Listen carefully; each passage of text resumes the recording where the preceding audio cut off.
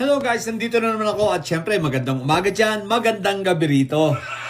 Eto guys, pag-usapan lang natin lilinawin ko lang. Sapagkat pinapakalat ang larawang ito, kumakalat na naman at sinasabi na itong si Cabral daw ay nasa Europa.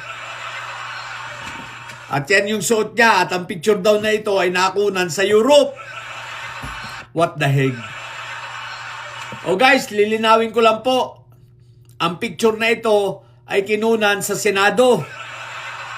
No, actually after nito umattend pa siya ng press briefing ni Auntie Claire after niya sa Senate.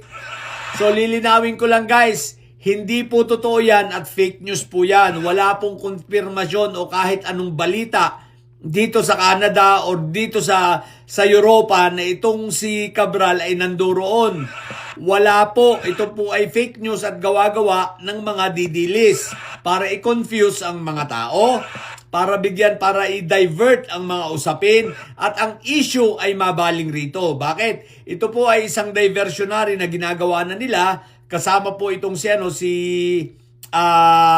Aung Miao Lipiste upang sa ganon ma-divert ang atensyon ng tao sapagkat January na. So ang tao ay maniningil na at magsisigaw na, magpupursige para sa impeachment nitong si Sayad.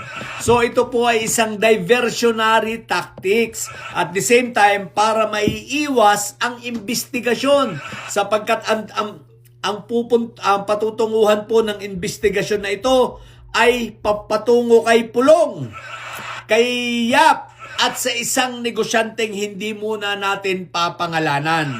Isang napakalaking negosyante ito at ito ay contractor din ng DPWH.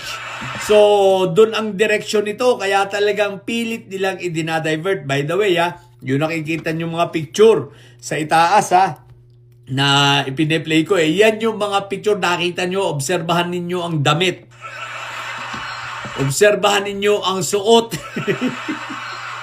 Kaya, kailangan po mag-research. Wag pong magpapaniwala basta-basta.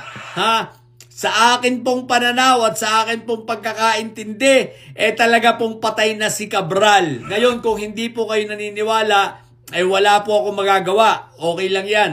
So, ipagpatuloy nyo yung paniniwalang yan. Pero sa ganang akin, hanggat wala kayong naipoprovide na katawan ni Cabral, hindi nyo masasabing siya ay buhay. Alalahanin ninyo may katawan na namatay. Okay? May katawan na namatay. At walang may katawang namatay. In short, may ebidensya. Ngayon, kung kayo nagsasabi sa mga mga didilis na si Cabral ay buhay, pues labas kayo ng ebidensya ng isang Cabral katawan na buhay. At huwag kayong gumamit ng mga picture na mga old photos. Picture ito sa Senado Picture ito sa hearing sa Senado. Nung siya ay umattend. What the heck? So, isang diversionary tactics. Kaya wag po tayong magpapadala mga ka-BBM ko. Focus tayo sa panawagan na ma-impeach si Sayad. Focus tayo sa panawagan na makulong itong mga senador na sangkot, itong mga kongresistang sangkot. No? Focus lang tayo at maimbestigahan kung sino talaga ang nasa likod ng kamatayang ito ni Cabral. Bagamat sinasabi na natin, may kinalaman dito yung mga may Sayad siblings, pero bahala ng NBI dyan. Bahala na ang pulisya, ang DOJ na mag-imbestiga, even ang ombudsman, no? So, trabaho na nila yan.